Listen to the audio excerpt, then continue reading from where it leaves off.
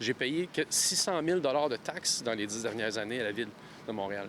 Et même durant la pandémie, ils récoltaient quand même les taxes de la Ville. Encore une fois, ils continuaient à récolter les taxes de la Ville. Ça n'arrête jamais. C'est correct, mais on peut-tu avoir un break? On peut-tu essayer de survivre? Parce que là, on est à genoux. Le restaurant La Brigade Pizzeria Napolitaine au centre-ville de Montréal a connu une baisse importante de son achalandage dans les dernières années.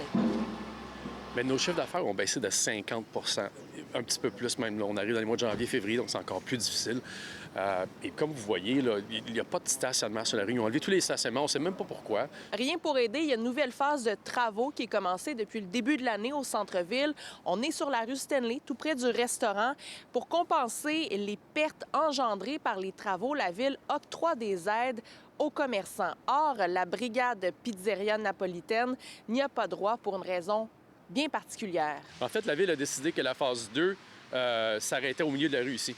Donc, les commerçants de ce côté-là de la rue ont droit à l'aide financière de la Ville pour la phase 2. Et nous, de ce côté-ci, on n'a pas le droit à l'aide financière de la Ville. Et puis, la phase 2, bien, c'est depuis 2023 que ça a débuté au coin McGill. Donc, on a eu des impacts directs automatiquement. Et quand on a appliqué, ils nous ont dit le vendredi dernier que, étant donné qu'on n'est pas dans la phase 2, on est à l'extérieur de la phase 2, on n'a pas de droit, on n'a pas accès à l'aide financière de la Ville. Il faut aussi dire que la sortie de métro sur la rue Peel est fermée depuis un bon moment déjà. J'essaie d'éviter le centre-ville le plus possible, mais malheureusement, je travaille au centre-ville. C'est sûr, c'est pas évident pour les commerçants. Je pense que la Ville essaie de faire des efforts quand même pour garder les accès ouverts. Maintenant, est-ce que c'est optimal? Peut-être pas. C'est sûr qu'il va y avoir des impacts pour leur chiffre d'affaires.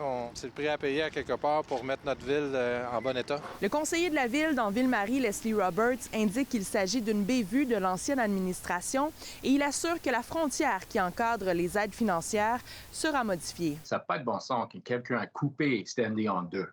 Les commerçants de l'autre côté sont affectés également. Alors, pourquoi ils ont coupé ça? J'ai parlé avec le monsieur, j'ai visité le resto et aussi hier matin, j'ai parlé avec mon collègue sur le comité exécutif responsable et on est d'accord qu'il y a un problème et on est en train de trouver une solution pour cet monsieur-là et tous les autres commerçants sur cette côte de la rue. Le propriétaire de la Brigade Pizzeria Napolitaine a bon espoir que la situation se règle rapidement pour qu'il puisse avoir accès aux aides de la Ville. Mais pendant ce temps, la diminution de l'achalandage fait mal à l'entreprise. À Montréal, Élie Mercure, pour Nouveau Info.